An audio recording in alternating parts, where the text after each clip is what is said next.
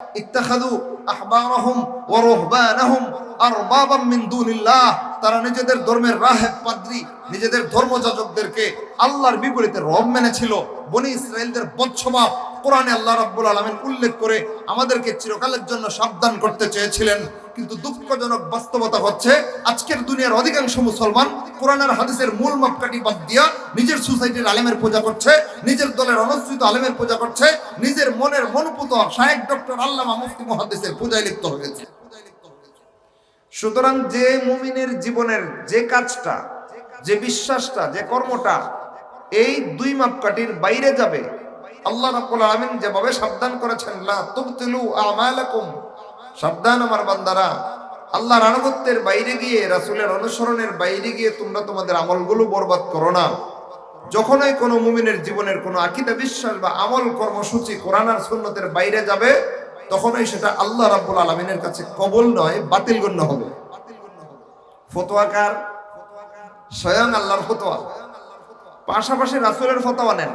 রাসূল সাল্লাল্লাহু আলাইহি ওয়াসাল্লাম বলেন, মান আহদাসা ফি আমরিনা হাযা মা লাইসা মিনহু ফাহুয়া রাদ্দুন, যে ব্যক্তি আমাদের এই দ্বীনের মধ্যে নতুন কোনো কিছুর আবিষ্কার ঘটাবে, আল্লাহর কাছে সেটা কবুল হবে না, ফাহুয়া রাদ্দুন, আল্লাহর কাছ থেকে এটা প্রত্যাখ্যাত হবে।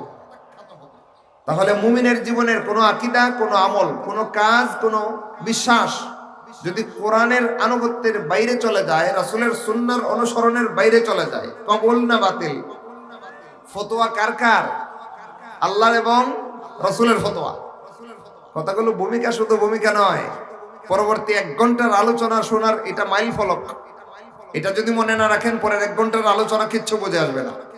খেয়াল রাখেন। তাহলে কোরআন থেকে একখানা আয়াত, হাদিস থেকে প্রসিদ্ধ একখানা হাদিসের মাধ্যমে আমরা একটা মাপকাঠি ধারণ করতে পারলাম ইতিমধ্যে। সেটা হলো একজন মুমিনের জীবনে পোষণ করা সবগুলো আকীদা, পালন করা সবগুলো আমলের মূল মাপকাঠি দুইটা, কোরআন এবং সুন্নাহ। যেই মুমিনের জীবনে পোষণ করা কোনো আকীদা, পালন করা কোনো আমল কোরআন আর সুন্নাতের সাথে মিলবে, তারটা আল্লাহর কাছে কবুল হবে। যেই মুমিনের ভিতরে পোষণ করা কোনো আকীদা, বাহ্যিকভাবে পালন করা কোনো আমল আল্লাহর কোরআন রাসূলের সুন্নাতের সাথে মিলবে না, আল্লাহর কাছে এটা প্রত্যাখ্যাত হবে, বাতিল হবে। কথা চূড়ান্ত না? আর কোনো সন্দেহ আছে? চূড়ান্ত তো? মনে রাখেন, কিন্তু সামনে লাগবে। এই কথাগুলো বিশ্বাস করতে পারাটা ঈমান। আমি সব সাইড ক্লিয়ার করে সামনে যাব, যাতে করে পরবর্তীতে বিপত্তি তৈরি করার, বিতর্ক তৈরি করার সুযোগ না থাকে। কথা আলোচনা করলে বুঝবে না, পরে গিয়া কইব বিতর্কিত বক্তা। আরে বক্তা বিতর্কিত না, তোমার দিমাগ বিতর্কিত। বুঝে আসতেছে না কথা? আমরা কোরআন আর সুন্নাহ থেকে যখন আলোচনা করি, তখন এই আলোচনাগুলো জীবনে শুনে নাই, জীবনে বোঝার মতো অবস্থা নিজের মধ্যে তৈরি করে নাই। হঠাৎ করে শুনছে, শুনে বুঝতে পারে না, তালগুল পাকায় দেয়, পাকায় আসে না, পরে বক্তার দোষ। কেমন বক্তা? বিতর্কিত বক্তা। হের নিজের দিমাগ যে বিতর্কিত, এটার খবর নেই। এজন্য সব সাইড আগে ক্লিয়ার থাকো। একটা দিক পরিষ্কার হয়ে গেল যে একজন মুমিনের সারা জীবনের সবগুলো আকীদা, সবগুলো আমল আল্লাহর কাছে কবুল করাইবার একটা মাত্র পথ কোরআন আর সুন্নাতের অনুসরণে হওয়া। একজন মুমিনের পোষণ করা আকীদা, পালন করা আমল বাতিল হওয়ার জন্য এটাই যথেষ্ট যে কোরআন হাদিসের ভিতর থেকে না হওয়া। এক সাইড পরিষ্কার। এবার দ্বিতীয় সাইড খেয়াল করেন।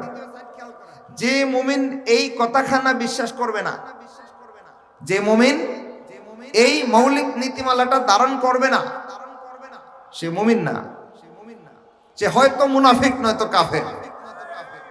বলবেন এই এত বড় দাবি করলেন নিজের গায়ের জোরে? জি না, এটা আল্লাহর শিক্ষা মতো দাবি করেছে, এটাও রাসূলের হাদিস মতো দাবি করেছে। কিভাবে? খেয়াল করেন। কোরআনের শিক্ষা, কোরআনের হেদায়েত, কোরআনের তেলাওয়াত আল্লাহর বান্দার সামনে যখন আলোচনা হয়, তেলাওয়াত হয়, আল্লাহ রাব্বুল আলামিন বলেন, ইদা তুলিয়াত আলাইহিম আয়াতুহু যাদাতহুম ঈমানা, আমার বান্দার সামনে যখন আমার কোরআনের আয়াত তেলাওয়াত করা হয়, তখন তার ঈমান বেড়ে যায়। তাইলে মুমিনের সামনে কোরআন তেলাওয়াত করলে যাদের ভাষা আরবি, তারা এটা শুনেও বুঝেও ঈমান বেড়ে যায়। আর আমরা যারা বুঝি না, অন্তত অন্তরে তৃপ্তি আসে যে এটা আল্লাহর কালাম। এটা ঈমানের লক্ষণ। কিসের লক্ষণ? ঈমানের লক্ষণ। পক্ষান্তরে এর বিপরীতে বেঈমান কাফেরদের একটা লক্ষণ আছে। কোরআনে আল্লাহ রাব্বুল আলামিন বলেন, এদের কাছে যখন আল্লাহর কোরআনের হেদায়েতের বাণী পেশ করা হতো, এরা কানে আঙ্গুল দিয়ে চলে যেত। কারা? বেঈমান কাফেররা। তাহলে ইমানদারের লক্ষণ কোরআন থেকে পাওয়া গেল, কোরআনের কথা শুনলে তাদের ইমান বেড়ে যায়। কোরআনের আরেক জায়গায় আল্লাহ রাব্বুল আলামিন কোরআন হাদিসের হেদায়েত পেশ হলে মুমিনদের অবস্থা কেমন হয় বিবরণ দিয়া আল্লাহ বলেন, ওয়াকালু সামি'না ওয়া আতা'না। আমার ইমানদার বান্দার সামনে যখন আমার কোরআনের হেদায়েতের বাণী পেশ করা হয়, আমার নবীর হাদিসের হেদায়েতের বাণী পেশ করা হয়, আল্লাহ রাব্বুল আলামিন বলেন এরা এক বাক্যে বলে দেয় সামি'না ওয়া আতা'না, আমরা শুনলাম আর মাইনা লইলাম। কার লক্ষণ? মুমিনের লক্ষণ। একটু আগে যে মূলনীতি আলোচনা করেছিলাম সেখানে মুখরোচক কোনো দাবি ছিল না, কোরআন এবং হাদিসের দলিল ছিল। আতিউল্লাহ ওয়া আতিউর রাসূল আমাদের দাবি না, আল্লাহর শিক্ষা দেওয়া নীতিমালা।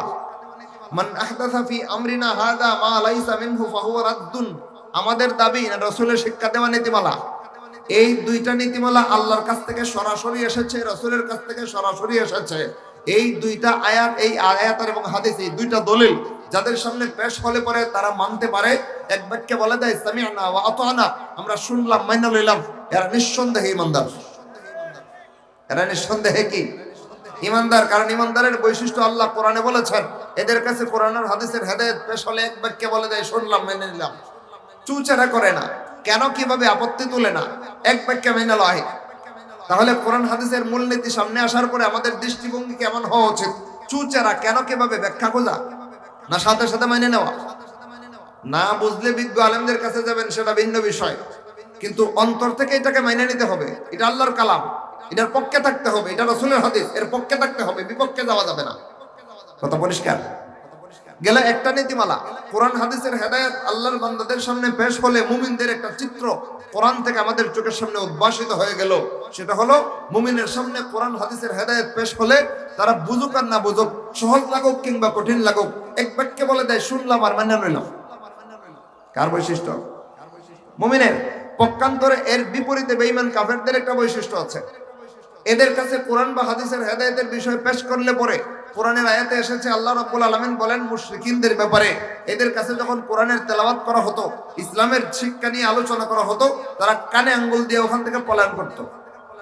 তাইলে ইমানদার কোরআন হাদিসের কথা শোনা মাত্র মেনে নেয়, বিপরীতে বেঈমান কাফেররা কোরআন হাদিসের কথা শোনা মাত্র কানে আঙ্গুল দিয়ে শুনতে চায় না, প্রত্যাখ্যান করে চলে যায়। দুই দল পাওয়া গেল। তো এই দুই দলের দুই বৈশিষ্ট্য বিপরীতমুখী। মাঝখানে আরেক দল আছে মানজিলাতুন বাইনাল মানজিলাতাইন, লা ইলাহা ওয়া লা ইলাহা ওয়া। এই দিকেও পরিষ্কার বোঝা যায় না, ওই দিকেও পরিষ্কার বোঝা যায় না, মাঝখানে থাকে। এদের নাম কি? আল মুনাফিকুন। আল্লাহ রাব্বুল আলামিন কোরআনের 114টা সূরার মধ্য থেকে একটা সূরা নাযিল করেছেন এই এদের পরিচয় দিতে গিয়ে। এদের নামে নাম করেছেন আল মুনাফিকুন। এই শয়তানগুলোর কালচার হলো এরা মুখে মুখে দাবি করে আমরা ঈমান এনেছি, আমরা তোমাদের ভাই। ওয়া ইযা লাকুল্লাযিনা আমানু ক্বালু আমান্না, এরা মুমিনদের সাথে যখন সাক্ষাৎ করে দাবি করে আমরা তোমাদের মুমিন ভাই, ঈমান এনেছি। ওয়া ইযা খালাউ ইলা শায়াতিনহিম ক্বালু ইন্না মাআকুম, তারা যখন তাদের শয়তান দল নেতাদের সাথে মিলিত হয় তখন সেখানে গিয়ে বলে আরে আমরা তো ঈমানদারদের সাথে না, আমরা আসলে তোমাদের সাথে আছি, ওইখানে গেছিলাম তো মশকরা করার জন্য। এই লোকগুলো কারা? ঈমানদার, কাফের, কারা? এরা মুনাফিক। এদের সামনে কোরআনের হেদায়েতের কথা, হাদিসের হেদায়েতের কথা ব্যক্ত হলে এরাও কিছু একটা করত। কিছু একটা করত। কি করত? কোরআনের আয়াতে এসেছে এদের পরিচয়, বিভিন্ন আয়াতে এদের বিভিন্ন পরিচয় এসেছে। এর মধ্যে একটা পরিচয় হলো আল্লাহ রাব্বুল আলামিন যখন রাসূল সাল্লাল্লাহু আলাইহি ওয়াসাল্লামের কাছে ওহী নাযিল করতেন কোরআন, সেই কোরআন যখন রাসূল সাহাবায়ে কেরামদের সামনে তেলাওয়াত করে শোনায় দিতেন, বুঝায় দিতেন, তখন এরাও সাহাবায়ে কেরামদের সাথে মিশে মিশে বৈঠকে থাকত। উপস্থিত রাসূলের বৈঠকে বসে বিপত্তি করতো না, আপত্তি করতো না। কিন্তু উঠে যখন চলে যাইতো, বাইরে গিয়া একজন আরেকজনের নিজ দিয়ে গোতা দিয়ে ইশারা করতো, কিরে কি কস? এইটা কইতো মুহাম্মদ যে তখন কইছে সামি'না ওয়া আসাইনা, আমরা শুনলাম আর প্রত্যাখ্যান করে থয়ে গেলাম। কাদের কথা এটা? মুনাফিকদের কথা। তিনটা দলের ভালো রকম যদি চিনতে না পারেন তাহলে আপনি কোন ক্যাটাগরিতে আছেন বুঝতেও পারবেন না। দিন শেষে জান্নাতের পুরস্কার কিন্তু বুমেরাং হবে। খেয়াল রাখেন, দিন শেষে আমরা আল্লাহ এবং রাসূলে বিশ্বাসী, গন্তব্য জান্নাত, ওইটা যেন মিস না হয়। এবার জান্নাত পাইতে হলে প্রথম শ্রেণীতে থাকতে হবে, ইমানদারদের কাতারে থাকতে হবে। ইমানদারের বৈশিষ্ট্য কি পেয়েছিলাম? কোরআন হাদিসের আলোচনা শুনলে বুঝতে চায় না, মানতে চায় না, যে আলোচনা করছে তারে কয় বিতর্কিত বক্তা না। সামিআনা ওয়া আতানা, কোরআন থেকে আলোচনা হয়েছে শুনছি মেনে নিয়েছি, হাদিস থেকে আলোচনা হয়েছে শুনছি মেনে নিয়েছি, কোনো চুচারা নাই। এটা মুমিনের বৈশিষ্ট্য। কিন্তু বিপরীতে বেঈমান কাফেরের বৈশিষ্ট্য হলো কোরআন আর হাদিসের আলোচনা শুনতেই চায় না। আর মাঝখানে একদল লোক আসলে বেঈমান কাফের, বাহ্যিকভাবে মুসলমান দাবি করে নিজেদেরকে, এই কারণে তাদেরকে মুনাফিক নামে নামকরণ করা হয়েছে। এরা মুসলমানদের কাছে এসে ইমানদার সাজে, বেঈমান কাফেরদের কাছে তাদের দলের লোক থাকে। এরা করে কি? রাসূলের কথা, আল্লাহর কথা শুনে উপস্থিত মানছে কি মানছে না কিছুই বলে না, পরে গোপনে গিয়ে বলে সামিআনা ওয়া আসাইনা, শুনলাম আর প্রত্যাখ্যান করলাম। কয় দলের পরিচয় গেল? 3 দল। ইমানদার কোরআন হাদিসের কথা শোনা মাত্রই মানে নাই, কোনো চুচারা নাই। আর মুনাফিকরা, বেঈমান কাফেররা কোরআন হাদিসের কথা শোনা মাত্রই প্রত্যাখ্যান করে দেয়। আর মুনাফিকরা কোরআন হাদিসের কথা শোনা মাত্রই কোনো প্রতিক্রিয়া ব্যক্ত করে না, ভেতর থেকে ঘৃণা করে। ভেতর থেকে কি করে? ঘৃণা করে। আমরা কাদের অন্তর্ভুক্ত হতে চাই? 2 নাম্বার ভূমিকা স্বরূপ এটা আগে পরিষ্কার হোক। আমরা ইমানদারদের কাতারভুক্ত থাকতে চাই না কাফেরদের মতো বা মুনাফিকদের মতো হতে চাই? কোনটা? ইমানদারদের মতো হতে চাই। তো তাহলে এক বাক্যে এই কথার উপর একমত হতে হবে যে আল্লাহ এবং রসুল যেখানে যা কিছু বলেছেন, কোরআন আর হাদিসে যা কিছু আল্লাহ এবং রসুল পেশ করেছেন, এর কোনো বিষয় আমার কাছে কঠিন লাগুক কিংবা সহজ লাগুক, আমার বুঝে আসুক বা না আসুক, আমি এটা বিশ্বাস করব, আমি এটা মেনে নেব। রাজি আছি তো ইনশাআল্লাহ? তাহলে ভূমিকা 2টা পরিষ্কার। এবার মূল কথায় যাওয়া যাক। আমাদের সমাজে বেশ কিছু ফিতনা আছে কোরআন এবং হাদিসের সাথে মুখোমুখি সাংঘর্ষিক, কিন্তু কোরআন হাদিসের ইলম আমার জানা না থাকার কারণে, কোরআন হাদিস সম্পর্কে ন্যূনতম জ্ঞানটুকু আমার অর্জন করা না থাকার কারণে আমি চাক্ষুষে কুফুরের সাথে আঘাত করি, চাক্ষুষে শিরিকের সাথে আঘাত করি, চাক্ষুষে বেঈমানের সাথে আমি আঘাত করে বসে থাকি। হয় কি হয় না এমনটা? এই ফিতনার মূল শিকড় হচ্ছে কোরআন আর হাদিস থেকে ঈমান শিখতে না চাওয়া। সুতরাং আজকের আলোচনার মূল আলোচ্য বিষয় হচ্ছে কোরআন হাদিস বুঝে পড়ার গুরুত্ব। এবার বিষয় শুনে অনেকে একটু নড়েচড়ে বসবেন। আজকের মূল আলোচ্য বিষয় হচ্ছে কোরআন এবং হাদিস বুঝে পড়ার গুরুত্ব। এই দাবি আজকে আমি নতুন আপনাদের সামনে পেশ করছি না, বরং এই শিরোনাম স্বয়ং আল্লাহ রাব্বুল আলামিনের কোরআনে নাজিল করা আয়াত থেকে এসেছে। আল্লাহ রাব্বুল আলামিন বলেন, আফালা ইয়াতাদাব্বারুনাল কুরআন, তারা কি আল্লাহর কালাম বোঝার চেষ্টা করবে না? আম আলা কুলুবিন আকফালুহা, নাকি তাদের অন্তরগুলো কোরআন বোঝা থেকে তালাবদ্ধ হয়ে গেছে? আল্লাহ রাব্বুল আলামিন কথাটা খুব আদর্শ ভাগে বলেছেন না ধমক দিয়ে বলেছেন? ধমক, রাগান্বিত হয়ে বলেছেন। তারা কি আমার কোরআন বোঝার চেষ্টা করবে না, নাকি তাদের অন্তরগুলো কোরআন বোঝা থেকে তালাবদ্ধ হয়ে গেল? তাও আরো আশ্চর্য হবেন, এই ধমক আল্লাহ রাব্বুল আলামিন ইমানদারকে দেননি, বরং বেঈমান কাফেরদেরকে দিয়েছেন। এবার বুঝার বিষয় হলো, এই কোরআনের ধারক বেঈমান কাফেররা না আমরা? আমরা মুসলমানরা কোরআনের ধারক। আমাদের উপরে আল্লাহর কি পরিমাণ রাগ থাকতে পারে চিন্তা করেন। বেঈমান কাফের যারা কোরআন ধারণ করেনি, কোরআন বিশ্বাস করে না, কোরআন গ্রহণ করতে চায় না, এদের উপরে রাগ করে আল্লাহ ধমক দিচ্ছেন, এরা আমার কালামটা পড়ে তো দেখবে আমি কি বলেছি, এরা বোঝার তো চেষ্টা করবে আগে আমি কি বলেছি। কোরআন হাতেই দেয় না, কোরআন বুঝতেই চায় না। আমি তাদের জন্য হুদাল লিন্নাস, গোটা মানব জাতির জন্য হেদায়েত হিসেবে কি প্রেরণ করলাম একটাবার বোঝার চেষ্টা করে না, এরা হেদায়েত পাইবে কিভাবে? আল্লাহর এই রাগটা কাদের উপরে ভাই? বেঈমান কাফেরের উপরে, যারা হামেলুল কোরআন না, যারা কোরআনের ধারণকারী না, বহনকারী না, এদের উপরে। কেন তারা কোরআন বোঝার চেষ্টা করছে না? যদি বোঝার চেষ্টা করতো তাহলে ইসলাম গ্রহণ করার নসিব হয়ে যেত। বলবেন এই দ্বিতীয় কথা, এটার দলিল কি? হ্যাঁ দলিল আমি বলা লাগবে না। ইসলামের দ্বিতীয় খলিফা, জগৎ বিখ্যাত মহান ব্যক্তিত্ব, উম্মতের দ্বিতীয় শ্রেষ্ঠতম মহান ব্যক্তি ওমর ইবনুল খাত্তাব রাদিয়াল্লাহু তাআলা আনহু, ওনার ইসলাম গ্রহণের ঘটনা আপনারা সবাই জানেন। জানেন কি জানেন না? ঘটনা জানেন, কিন্তু শিক্ষাটা মাথায় নাই। শিক্ষাটা আমি স্মরণ করায়া দিই। ওমর ইবনুল খাত্তাব রাদিয়াল্লাহু তাআলা আনহু মক্কায় যখন রাসূল সাল্লাল্লাহু আলাইহি ওয়াসাল্লাম ইসলামের দাওয়াত দেন, তখন রাসূলের কাছ থেকে ইসলামের দাওয়াত গ্রহণ করে ঈমান গ্রহণ করেন নাই। কথা বললাম? রাসূল যখন ইসলামের দাওয়াত দেন মক্কার অলিতে গলিতে জাবাল আবি কুবাইসে দাঁড়ায়া, তখনকার মুসলমান ওমর কিন্তু নন। ওনার ইসলাম গ্রহণ করার ভিন্ন একটা প্রেক্ষাপট আছে, ওই প্রেক্ষাপটে রাসূলের দাওয়াত সম্পৃক্ত না। বরং রাসূল দাওয়াত দিতেন আর উনি মক্কার কুরাইশ সর্দারদের সাথে মিলে রাসূলের বিরুদ্ধাচরণ করতেন। কে? উমর। তাইলে রাসূলের দাওয়াতে ইসলাম গ্রহণ করেন নাই উমর, এটা ইতিহাস বিখ্যাত জাজুল্যমান বাস্তবতা। তাইলে গ্রহণ করছেন কিভাবে, কবে? সেই ঘটনা সবাই জানে। বোনকে মারতে গেছেন, তারপরে রাসূলকে হত্যা করতে যাবেন, খোলা তলোয়ার কাঁধে। বোনকে গিয়ে মারতে গিয়া তার বাসায় গিয়া দেখেন বোন কোরআনের কয়েকটা পৃষ্ঠা পড়ছে। আরে আমি মুহাম্মদকে মারতে যাচ্ছি আর তুই মুহাম্মদের দাবি করা ধর্মগ্রন্থ পড়িস, তোরে আগে মারবো। বোন বলল, আরে ভাই আমার মারবা পরে, মারবা তো ঠিক আছে, তোমার হাতে তলোয়ার আছে, মাইরে দিবা, কিন্তু এর আগে আমার জোরহাত একটা অনুরোধ, আমি কি পড়ছি তুমি একটু পড়ে দেখো না ভাই। তাইলে ওমর রাসূলের দাওয়াতে ইসলাম গ্রহণ করছিলেন কেমনে? ঘটনা স্মরণ করেন। ওইখানে ঠায় দাঁড়ায় কোরআনের যে কয়টা পৃষ্ঠা বোনের হাতে ছিল ওই পৃষ্ঠাগুলো হাতে নিয়েছেন, নিয়ে পড়তে শুরু করেছেন। কাফের ওমর। কেমন ওমর? তখনও তিনি ইসলাম গ্রহণ করেছেন? করেননি। কাফের অবস্থায়, ঈমান গ্রহণ না করা অবস্থায়, তহরত পবিত্রতা অর্জন শিখা এর আগে ওমর কাফের অবস্থায় কোরআনের পৃষ্ঠা হাতে নিয়েছেন। নেওয়ার পরে পড়েছেন, প্রথম পৃষ্ঠা পড়ার সাথে সাথে চেহারায় যে রাগের আভাস ছিল, রাগ দমে গেছে। দ্বিতীয় পৃষ্ঠা পড়ার সাথে সাথে চেহারায় মর্মান্তিক অবস্থা নেমে এসেছে। তৃতীয় পৃষ্ঠা পড়ার সাথে সাথে চোখ দিয়া ঝরঝর করে পানি নামতেছে গাল দিয়ে।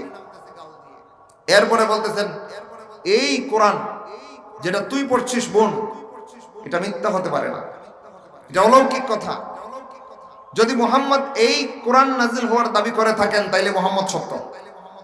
এই কোরআন যদি মুহাম্মদ ধারণ করে থাকেন, মুহাম্মদের চেয়ে সত্য লোক আর নাই, আমাকে ওনার কাছে নিয়ে যায়, ইসলাম গ্রহণ করব।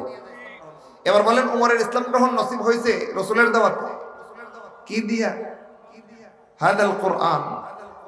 এজন্যই আল্লাহ রাব্বুল আলামিন বলেছেন কোরআনে সুস্পষ্ট ভাষায়, ইন্না হাদাল কোরআন ইয়াহদি লিল্লাতী হিয়া আকওয়াম ওয়া ইউবাশশিরুল মুমিনিনা আল্লাযীনা ইয়া'মালুনাস সালিহাতি আন্না লাহুম আজরান কাবীরা।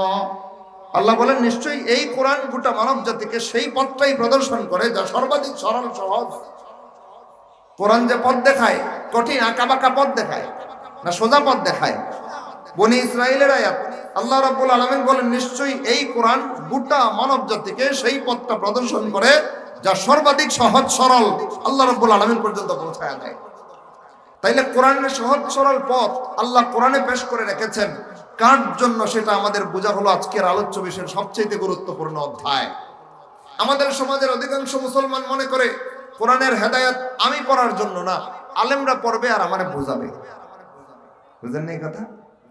বেশ কিছু মুসলমান, শুধু বেশ কিছু নয় বরং অধিকাংশ মুসলমানদের ভিত্তি বিশ্বাস এমন যে কোরআন আর হাদিসের হেদায়েত আমার জন্য না, এগুলো আলেমদের জন্য, তারা পড়বে আর আমাদেরকে বুঝাবে, আমরা এগুলো পড়ার কোনো দায়িত্বই নাই। এমন মন মানসিকতা আমাদের সমাজের মুসলমানদের আছে না নাই? যেমন কোরআনের বেলায় তেমন হাদিসের বেলায় আমার পড়ার কোনো দায়িত্ব নাই। তাহলে তুমি যে মুসলমান কিভাবে হইলা? এবার সে শ্রুত মুসলমান। কেমন মুসলমান? শ্রুত মুসলমান, অর্থাৎ সমাজের মানুষ যা বলে ওইগুলো শুনে শুনে মুসলমান, অথবা দেখে দেখে মুসলমান।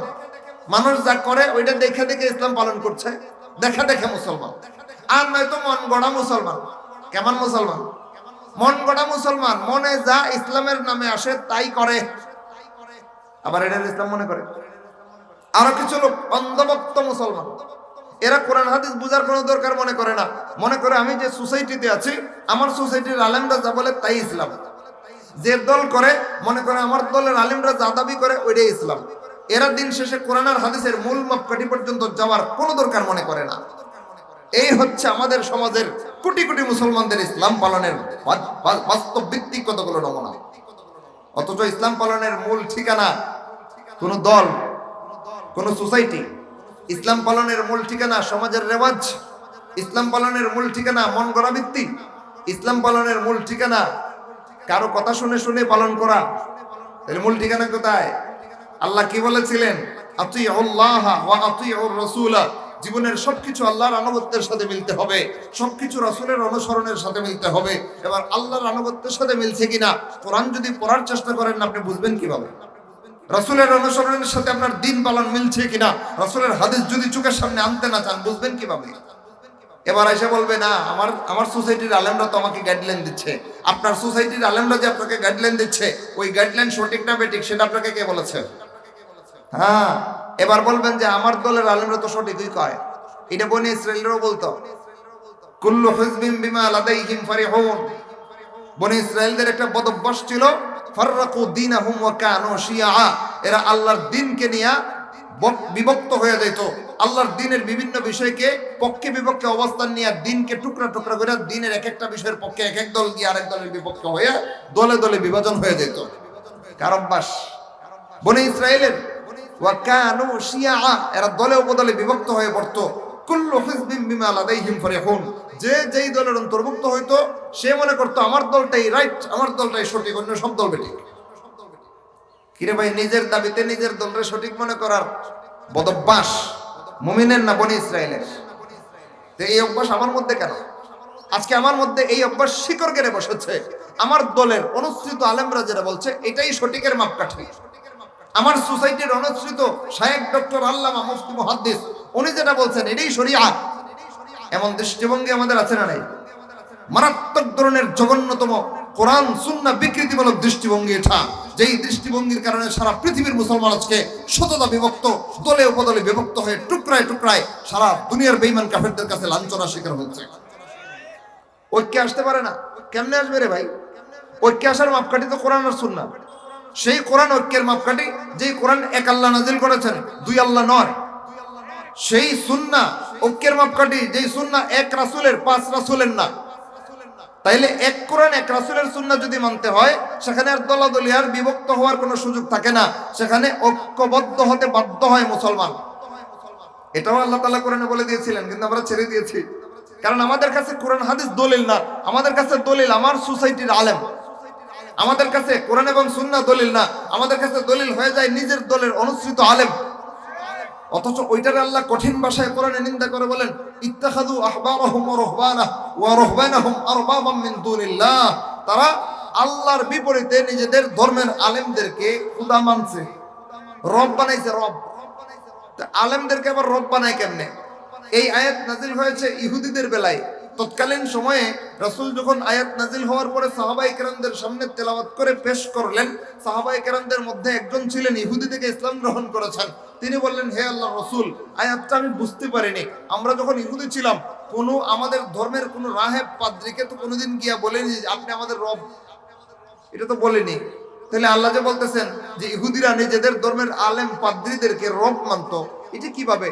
রাসূল বলতেছেন, দেখো তোমাদের ধর্মের পাদ্রীরা আল্লাহর নাজিল করা তাওরাতের বিধিবিধানের মধ্যে কাটছাঁট করতো কিনা?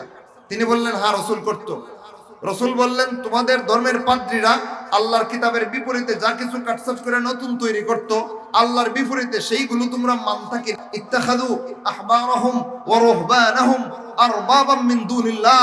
তারা নিজেদের ধর্মের রাহেব পাদ্রী, নিজেদের ধর্মযাজকদেরকে আল্লাহর বিপরীতে রব মেনেছিল। বনি ইসরাইলদের বদস্বভাব কোরআনে আল্লাহ রাব্বুল আলামিন উল্লেখ করে আমাদেরকে চিরকালের জন্য সাবধান করতে চেয়েছিলেন। কিন্তু দুঃখজনক বাস্তবতা হচ্ছে আজকের দুনিয়ার অধিকাংশ মুসলমান কোরআন আর হাদিসের মূল মাপকাঠি বাদ দিয়া নিজের সোসাইটির আলেমের পূজা করছে, নিজের দলের অনুসৃত আলেমের পূজা করছে, নিজের মনের মনোপুত শায়েখ ডক্টর আল্লামা মুফতি মুহাদ্দিসের পূজায় লিপ্ত হয়েছে। আল্লাহ রাব্বুল আলামিন কোরআনে একটা সুস্পষ্ট বিধান জারি করেছেন।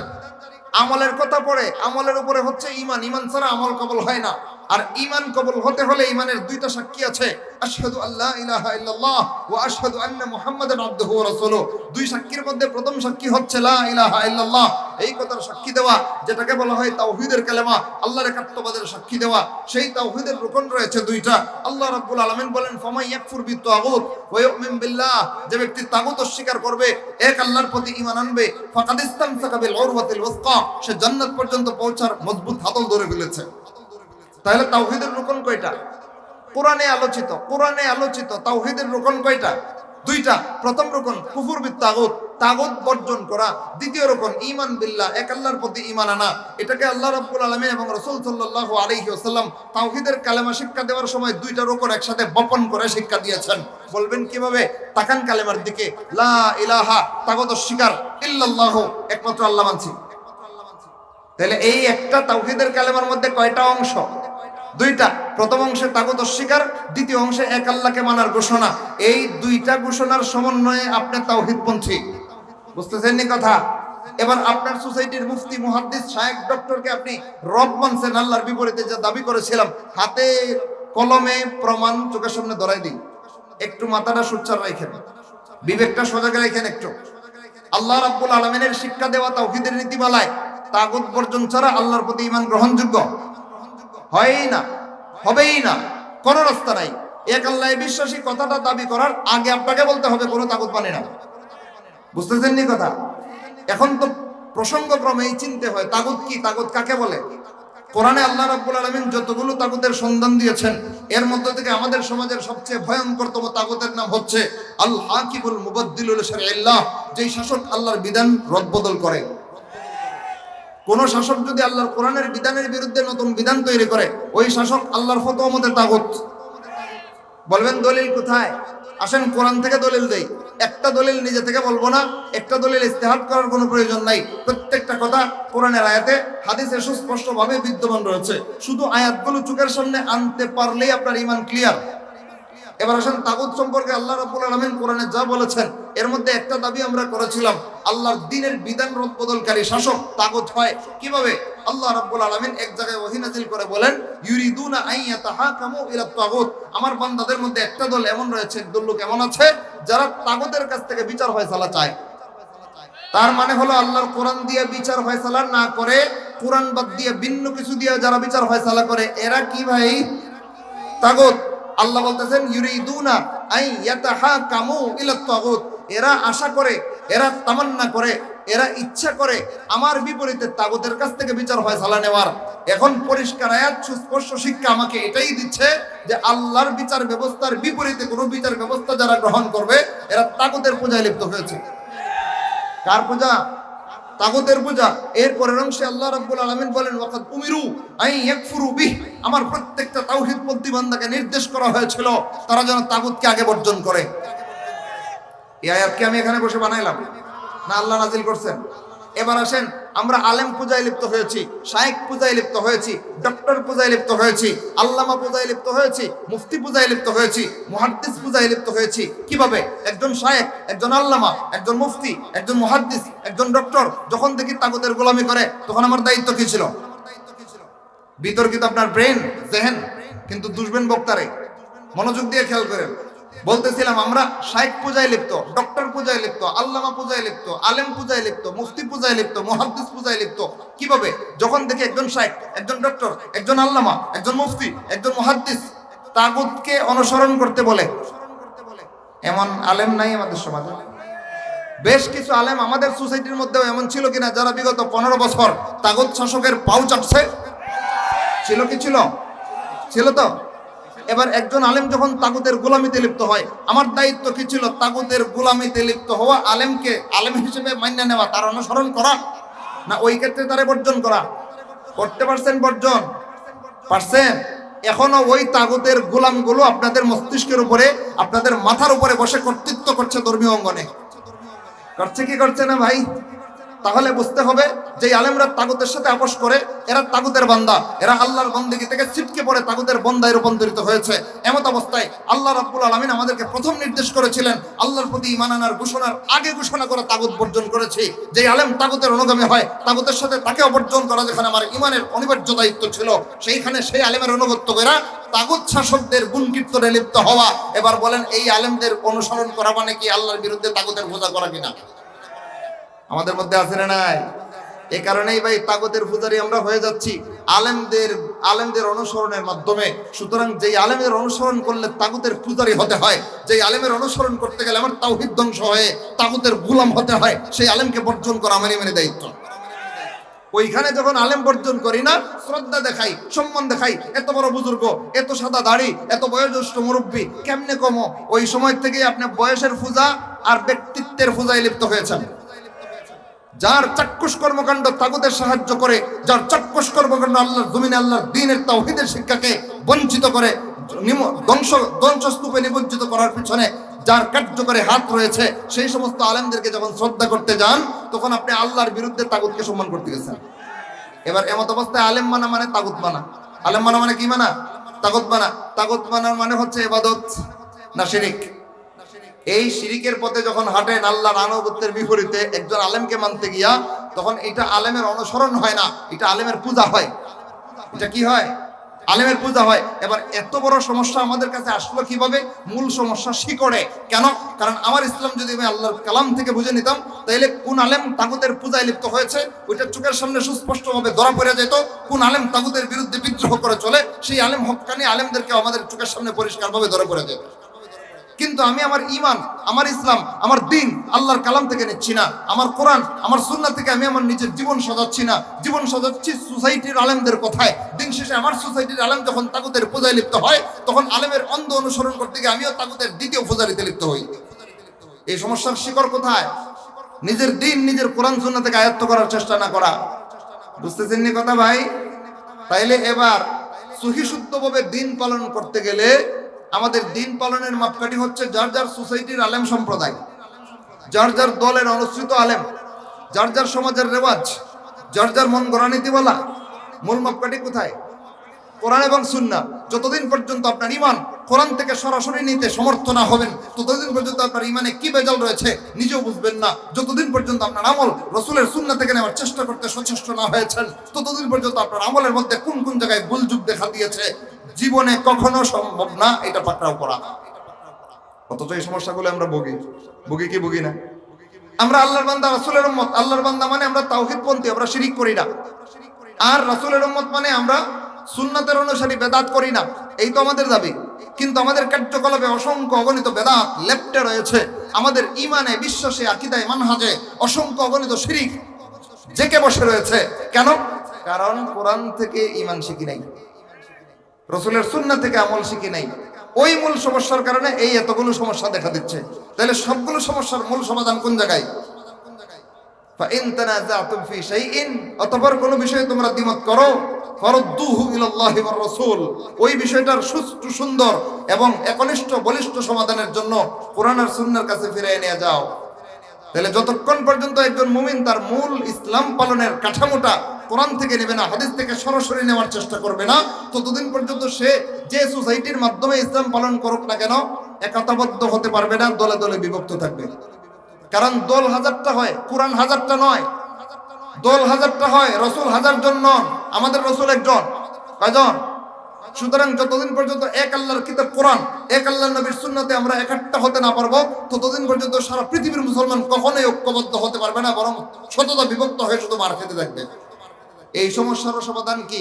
আলাদা আলাদা ভাবে দলে দলে নিজের সোসাইটির আলেম মানা, না কোরআন আর হাদিসে ফিরে যাওয়া? এই জন্যই আল্লাহ রাব্বুল আলামিন কোরআনে সুস্পষ্ট ভাষায় বলে দিয়েছেন, আফালা ইয়াতাদাব্বারুনাল কোরআন, তারা কি আমার কোরআন বোঝার চেষ্টা করবে না? আম আলা কুলুবিন আকফালুহা, নাকি তাদের অন্তরগুলো কোরআন বোঝা থেকে তালাবদ্ধ হয়ে গেছে?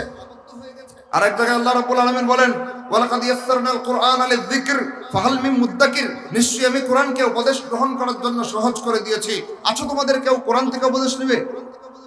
তাহলে কোরআন সহজ না কঠিন? সহজ না কঠিন ভাই? সহজ। হ্যাঁ, কঠিন আছে। কঠিনের কথা অন্য জায়গায় আল্লাহ বলে দিয়েছেন। কোরআন সবটাই সহজ না, সবটাই কঠিন না, তবে সার্বিক বিবেচনায় একটা মুলাখাসুল কালাম, সবগুলো কথার সার কথা আপনাদের কাছে আমি বলে দিতে পারি। কোরআনের অধিকাংশ সহজ, কমাংশ কঠিন। হাদিসেরও অধিকাংশ সহজ, কমাংশ কঠিন। কোরআন আর হাদিসে কঠিন বিষয় মাত্র 4টা। কয়টা? এই 4 বিষয় ছাড়া যত আয়াত আর যত হাদিস আছে সব সহজ। কটা বিষয়? 1 নম্বর মিনাল মুতাশাবিহাত, আয়াতে বা হাদিসে যা কিছু মুতাশাবিহ হয়, ব্যাখ্যা দেওয়ার সময় নাই, সময় কম। 2 নম্বর কোরআন আর হাদিসে যা কিছু মুফাসসার হয়। 3 নম্বর কোরআন আর হাদিসে যা কিছু মুআওয়াল হয়। 4 নম্বর কোরআন আর হাদিসে আহকামগত বিষয় যা আছে। এই 4টা বিষয় কোরআন হাদিসে কঠিন হয়। কেমন হয়? কঠিন হয় মাত্র এই 4টা বিষয়। এই 4 বিষয় ছাড়া ফুল কোরআনে আর যা আছে সব আল্লাহ সহজ করেছেন। এই 4 বিষয় ছাড়া পুরো হাদিসের ভান্ডারে যা কিছু রাসূল রেখে গিয়েছেন সব সহজ করেছেন। সুতরাং এই 4 বিষয় ছাড়া কোরআন হাদিসে যা রয়েছে সবগুলো আপনাকে সরাসরি পড়ে বুঝে নিজের দিন নিজে সংরক্ষণ করা, নিজের দিন নিজে সংশোধন করার ঈমানি দায়িত্ব রয়েছে। যতদিন পর্যন্ত একজন মুসলমান তার দিনকে কোরআন হাদিস পড়ে বুঝে নিজের জীবনে ফিট করার চেষ্টা না করবে, ততদিন পর্যন্ত না সবগুলো সমস্যা থেকে মুক্তি পাবে, না ঐক্যবদ্ধ হতে পারবে। সুতরাং ঐক্যবদ্ধ হওয়ার এবং কুফর শিরিক মুক্ত ঈমান আর বেদাত মুক্ত আমল গঠন করে আল্লাহর জান্নাত পর্যন্ত পৌঁছার সহজ সরল রাস্তা যদি পেতে হয়, নিজের ঈমান নিজের আমল প্রথমেই সাজাইতে হবে নিজের সোসাইটির আলেমদের কথায়, প্রথমেই সাজাইতে হবে নিজের অনুসৃত দলের কথায়, প্রথমেই সাজাইতে হবে নিজের সমাজের সামাজিক রেওয়াজে, প্রথমেই সাজাইতে হবে মন গড়া নীতিমালায়। কখন প্রথমেই সাজাইতে হবে? কোথা থেকে? কোরআন আর সুন্নাহ থেকে। যদি না বোঝেন তাইলে খুব সাজাইতে পারবেন না, বোঝা লাগবে। এজন্যই আল্লাহ রাব্বুল আলামিন বলেন নাই আফালা ইয়াকরাউনাল কোরআন, তারা কেন কোরআন পড়ার চেষ্টা করছে না? আল্লাহ এটা বলেননি, কিন্তু বলেছেন আফালা ইয়াতাদাব্বারুনাল কোরআন, তারা কোরআন বোঝার চেষ্টা কেন করছে না? তাদাব্বুর, বুঝে শুনে মর্ম অনুধাবন করা, এটাকে তাদাব্বুর বলা হয়। তাহলে তাদাব্বুর করার কথা আল্লাহ নির্দেশ করছেন, শুধুমাত্র তেলাওয়াতের কথা নয়। হ্যাঁ, তেলাওয়াতের কথাও আছে। তেলাওয়াত করলে একটা অক্ষর একটা সওয়াব, যাকে আল্লাহ 10 গুণ বাড়ায় দেন, এটা হাদিসে রয়েছে। কিন্তু এটা নফল সওয়াব। এটা কেমন সওয়াব? নফল সওয়াব। আর ফরজ হচ্ছে কোরআনের তাদাব্বুর করা, কোরআনের বুঝার চেষ্টা করা। 4 রকমের আয়াত, 4 রকমের হাদিস ছাড়া কোরআন হাদিসে যা আছে সব নিজে পড়ার চেষ্টা করা, নিজে বুঝার চেষ্টা করা, নিজের জীবনে ফিট করার চেষ্টা করা আপনার প্রথম ঈমানি দায়িত্ব, আপনার প্রথম ঈমানি দায়িত্ব। এজন্য রাসূলুল্লাহ সাল্লাল্লাহু আলাইহি ওয়াসাল্লাম ঈমান আনার পরে সর্বপ্রথম ফরজের সন্ধান দিয়ে বলেন তলবুল ইলমি ফরিদাতুন আলা কুল্লি মুসলিম। কোরআন হাদিসের ইলম শিখা প্রত্যেকটা মুসলমানের জন্য ফরজ। যারা একটু অতি পণ্ডিত, বাংলা শিক্ষিত অতি পণ্ডিত, তারা এসে বলতে পারে হুজুর কোরআন হাদিসের কথা এখানে কোথা থেকে আসলো? স্কুলের দেয়ালে লেখা দেখলাম বিদ্যা শিক্ষা সকল মানুষের জন্য অপরিহার্য। বিদ্যা শিক্ষা সকল মানুষের জন্য অপরিহার্য। এটা পণ্ডিতি না, এটা হাদিসের অনুবাদের সাথে শয়তানি। অনুবাদের সাথে কি গান? শয়তানি। এটা 3টা জায়গায় হাদিসের সাথে এখানে অনুবাদ করতে গিয়ে শয়তানি করা হয়েছে। 1 নাম্বার শয়তানি, রাসূল বলেন তালাবুল ইলমি, এখানে আল ইলম রাসূল আলিফ লাম দিয়ে নাকিরা এনেছেন, নির্দিষ্ট এনেছেন। আরবি ব্যাকরণের নীতিমালায় কোন শব্দের আগে যদি আলিফ লাম থাকে এটা অনির্দিষ্ট থাকে না, এখানে নির্দিষ্ট কিছু বোঝানো হয়। রাসূল যদি বলতেন তালাবু ইলমিন, তাহলে এর অর্থ দাঁড়াইতো যে কোনো বিদ্যা শিক্ষা করা। বুঝতেছেন নি কথা? তাহলে রাসূল তালাবু ইলমিন বলেন নাই, বলেছেন তালাবু আল ইলমি, নির্দিষ্ট একটা ইলম রাসূল মিন করেছেন। কি উদ্দেশ্য করেছেন? মুহাদ্দিসিন কেরাম বলেন আই তালাবু ইলমিল কিতাবি ওয়াস সুন্নাহ, কোরআন আর হাদিসের ইলম তলব করা। তাইলে কোরআন হাদিসের ইলমকে আল্লাহ নবী আল ইলম শব্দে ব্যক্ত করেছেন। ওইটার অনুবাদ করার সময় আপনি যদি আমভাবে বিদ্যা শব্দ উদ্দেশ্য নেন, এটা হাদিসের অনুবাদ বিশুদ্ধ হয়েছে না বিকৃতি হয়েছে? এই প্রথম বিকৃতি করছে হাদিসের অনুবাদ করতে গিয়া। আবার আল্লাহ বলেছেন ফারিদাতুন, ফারিদাতুন মানে ফরজ, অনুবাদ করছে অপরিহার্য। ভালো রকম জেনে রাখেন, দ্বীনের পরিভাষার কোনো ট্রান্সলেশন হয় না। ফরজকে যদি অপরিহার্য শব্দ দিয়ে অনুবাদ করতে যান তাহলে ফিতনা হবে। কি হবে? ফিতনা হবে। আজকে মাহফিলে এসেছেন, অনেকের বাড়িতে ফিরে যাওয়া অপরিহার্য, কিন্তু রাতে কোনো সমস্যায় যাইতে পারেননি, গুনাহ হবে? হবে না। কিন্তু যা ফরজ তা করতে না পারলে কি হয়? গুনাহ হয়। সুতরাং অপরিহার্য আর ফরজের মধ্যে বেশ কম আছে না নাই? ইসলামের পরিভাষারে কোনো সময় ট্রান্সলেশন করার ফন্ডিতি করতে যাই না, করতে গেছেন তো বিকৃতি করছে। এই আরেক বিকৃতি করছে, দ্বীনের ইলম শিক্ষা করার কথা বাদ দিয়ে লেখছে বিদ্যা শিক্ষা করা। 2য় নম্বর বিকৃতি করছে অপরিহার্য। কার পরে? কয় প্রত্যেকটা মানুষের জন্য। রাসূল বলেন আলা কুল্লি মুসলিম, যে ইসলাম গ্রহণ করেছে, ইসলাম গ্রহণ করার পরে সর্বপ্রথম ফরজ কোরআনের ইলম তাকে শিখতে হবে, হাদিসের ইলম তাকে শিখতে হবে। যদি না শিখে কোনটা সঠিক কোনটা ভুল, কোনটা করণীয় কোনটা বর্জনীয়, কোনটা সঠিক কোনটা আল্লাহর কাছে কবুল কোনটা বাতিল, কিচ্ছু বুঝবে না। তাহলে ঈমান আনার পরে বা ঈমানের বুঝ হওয়ার পরে অর্থাৎ বালেগ হওয়ার পরে সর্বপ্রথম ফরজ যেটা বর্তায় সেটা হলো আমার দ্বীন, আমার কোরআন পড়ে আমার নিজের জীবনে ফিট করা, আমার দ্বীন আমার রাসূলের হাদিস পড়ে পড়ে বুঝে আমার জীবনের মধ্যে ফিট করা। কিন্তু মুসলমান না পড়ে কোরআন, না পড়ে হাদিস, না বোঝার চেষ্টা করে কোরআন, না হাদিস বুঝার ধার ধারে, দিন শেষে ইসলাম পালন করে অধিকাংশ ধার্মিক মুসলমান, কিন্তু উৎস কোথায়? খুঁজলে দেখা যায় কারো ইসলাম পালনের ঠিকানা তার সমাজের রেওয়াজ, কারো ইসলাম পালনের ঠিকানা তার মন গড়া ব্যক্তি, কারো ইসলাম পালনের ঠিকানা তার সোসাইটি, কারো ইসলাম পালনের ঠিকানা তার অনুসৃত দলের হর্তাকর্তা। এগুলো ইসলাম পালনের ঠিকানা। আল্লাহ কি বলেছিলেন? আতিউল্লাহ ওয়া আতিউর রাসূল। সুতরাং আল্লাহর আনুগত্যে, রাসূলের অনুসরণে নিজের দ্বীন বিশুদ্ধভাবে পালন করে আলাস সিরাতাল মুস্তাকিম, সোজা জান্নাত পর্যন্ত যদি পৌঁছতে হয়, অনিবার্য কর্মসূচি হচ্ছে ঈমান আনার পরে বা ঈমানদারের বুঝ হওয়ার পরে অর্থাৎ বালেগ হওয়ার পরে সর্বপ্রথম ফরজ আল্লাহর কোরআন থেকে ইলম অর্জন করা, রাসূলের হাদিস থেকে সরাসরি ইলম অর্জন করা। যেটুকু সহজে পড়লেই বুঝেন ওইটাই সহজ, যেটা পড়লে বুঝেন না ওইটা কঠিন। এবার আসেন সর্বশেষ কথায় যাই, 2 মিনিট। কুরআন আর হাদিস ছাড়া নিজের জীবনের বিশুদ্ধভাবে দিন সাজানোর কোনো ব্যবস্থা নাই। আপনি যতই সোসাইটির কথায়, যতই যার আনুগত্য করছেন সেই আলেমের কথায়, যতই সমাজের তালে তালে ইসলাম পালন করেন না কেন, অসংখ্য জায়গায় শিরিক করছেন, অসংখ্য জায়গায় বেদাত করছেন, টেরও পাচ্ছেন না। কারণ শিরিক আর বেদাত কোন দিক দিয়ে কিভাবে হচ্ছে নিজের জানা নেই। এমত অবস্থায় কোরআন আর হাদিস থেকে যদি বিশুদ্ধভাবে এলেম শিক্ষার মাধ্যমে সঠিক ইসলাম পালন করতে হয়, তাহলে সর্বপ্রথম কর্মসূচি হচ্ছে কোরআন হাদিস বুঝে পড়ার চেষ্টা করা। প্রথম কর্মসূচি কোরআন হাদিস বুঝে পড়ার চেষ্টা করা। কিভাবে বুঝবেন? ভাষা তো আরবি, কোনো সমস্যা নেই, মাতৃভাষা বাংলায় বিশুদ্ধ অনুবাদ আছে না নাই? ওই অনুবাদ কিনে এনে পড়তে হবে আপনাকে। আপনার রব আপনাকে কি বলেছেন এই কোরআনে আপনাকে নিজে দেখতে হবে। আপনার রাসূল আপনার জন্য কি রেখে গিয়েছেন হাদিসের ভান্ডারে আপনাকে নিজে দেখতে হবে। যতদিন ওইখান পর্যন্ত না গেছেন ততদিন পর্যন্ত আপনার সোসাইটির আলেম যেই জায়গায় আপনাকে গুমরা করে রেখেছে ওইখান থেকে উত্তরণের কোনো পথ পাবেন না। এবার আসেন প্রথম কর্মসূচি, ঈমান আনার পরে বা বালেগ হওয়ার পরে একজন মুমিনের প্রথম কর্মসূচি আল্লাহর কোরআন রাসূলের হাদিসের ইলম শেখা, যতটুকু আল্লাহ এবং রাসূল সহজ করেছেন। কিন্তু ওই যে চারটা বিষয় কঠিন আছে, এই চারটা বিষয় বোঝার দরকার আছে না নাই? যেমন বিধিবিধান কোরআন হাদিসে অনেক ক্ষেত্রে কঠিন। এটা যদি বুঝতে না পারেন, নিজের জীবনে আমল না করলে ইসলাম পালন হবে না। সুতরাং বিধিবিধানগত দিকগুলো যখন পালন করতে যাবেন, তখন কোরআন এবং হাদিসে বিভিন্ন নীতিমালা রয়েছে, অনেকটাই নিজে বুঝবেন না, অথবা একটা আমলের বিভিন্ন সিস্টেম রয়েছে, নিজে ম্যাচ করতে পারবেন না, সমন্বয় করতে পারবেন না। এজন্য আল্লাহ রাব্বুল আলামিন অন্য আয়াতে আপনার পদক্ষেপের দ্বিতীয় দায়িত্ব পেশ করে রেখেছেন, ফাসআলু আহলা যিকরি ইন কুনতুম লা তা'লামুন। তোমরা যদি নিজেরা কোরআন হাদিস থেকে বুঝতে সক্ষম না হও, বিজ্ঞ আলেমদের কাছে জিজ্ঞেস করে জেনে নাও। এবার 2 নম্বর দায়িত্ব কি দাঁড়ালো? কোরআন হাদিসের কঠিন বিষয়গুলো বিজ্ঞ আলেমদের কাছ থেকে জিজ্ঞেস করে জেনে নেওয়া। ভাই, বিশুদ্ধভাবে ইসলাম পালন করতে গেলে আজকের আমাদের আলোচ্য বিষয়ের প্রথম দাবি ছিল নিজে কোরআন থেকে হাদিস থেকে বুঝে পড়ে নিজের জীবনে বাস্তবায়ন করার চেষ্টা করা, 1 নম্বর। 2 নম্বর কর্মসূচি হচ্ছে কোরআন হাদিসের যে অংশ নিজে বুঝি না, ওই অংশটা বিজ্ঞ আলেমের কাছে শরণাপন্ন হয়ে জিজ্ঞেস করে জেনে নেওয়া। কয়টা কর্মসূচি গেল? 2টা। 1 মিনিটে 3 নম্বর কর্মসূচি বলে শেষ করে দিচ্ছি। একজন আলেমের কাছ থেকে আপনি বিধানগত একটা বিষয়ের ইলম নিতে গেছেন, একজন শাইখের কাছ থেকে আপনি দ্বীনের একটা বিষয়ের সমাধান জানতে গিয়েছেন, যাওয়ার পরে তিনি একটা বলে দেবেন আর আপনি নিয়ে আসবেন, জি না, এটা নিয়ম না। আল্লাহ রাব্বুল আলামিন এখানে উসুল বাতলে দিয়েছেন, এখানে মূলনীতি পেশ করেছেন। আল্লাহ বলেন বিল বাইয়িনাত ওয়াজ জুবুর। একজন বিজ্ঞ আলেম তখনই বিজ্ঞ সাব্যস্ত হয় যখন তার কোরআন সুন্নাহ ভিত্তিক সমাধানের ক্ষেত্রে সরাসরি সুস্পষ্ট দলিল বা কোরআন হাদিসের দলিল উল্লেখ থাকে। আল্লাহ বলেন বিল বাইয়িনাত, সুস্পষ্ট দলিল থাকতে হবে, ওয়াজ জুবুর, আল্লাহর কিতাব উল্লেখ থাকতে হবে। তাহলে আলেম তখনই বিজ্ঞ সাব্যস্ত হবে যখন তার কথার সাথে কোরআন আর সুন্নাহর সুস্পষ্ট দলিল উল্লেখ থাকবে। কিন্তু কোনো আলেমের কাছে সমাধানের জন্য গেলেন, সে একটা সমাধান দিয়ে দিল অমুক তমুকের দোহাই দিয়া, না আল্লাহর কোরআন না রাসূলের সুন্নাত। এবার বলেন এটা বিজ্ঞ আলেমের পরিচয় হচ্ছে না বন্ড? এই বন্ড আলেমের কাছ থেকে সমাধান নিতে যাবেন না আপনি। তাহলে ওর ক্ষেত্রে স্কেল হলো আল্লাহর কিতাব থেকে, রাসূলের সুন্নাহ থেকে সুস্পষ্ট দলিলের মাধ্যমে আলেম সমাধান দিলে সে বিজ্ঞ আলেম। আর আপনি যখন নিতে যাবেন, আপনারও দায়িত্ব হচ্ছে সমাধান যিনি দিচ্ছেন তিনি কোরআন থেকে দলিল উল্লেখ করছেন কিনা, কোরআন হাদিসের সুস্পষ্ট দলিলের উদ্ধৃতি তার আলোচনা আছে কিনা, ওইটা দেখার পরে আলোচনা গ্রহণ করা। গেল 3 নম্বর দায়িত্ব। তাহলে কোরআন হাদিস থেকে সরাসরি দিন বুঝে পালন করার ক্ষেত্রে আজকে আমরা কয়টা কর্মসূচি আলোচনা করলাম ভাই? 3টা।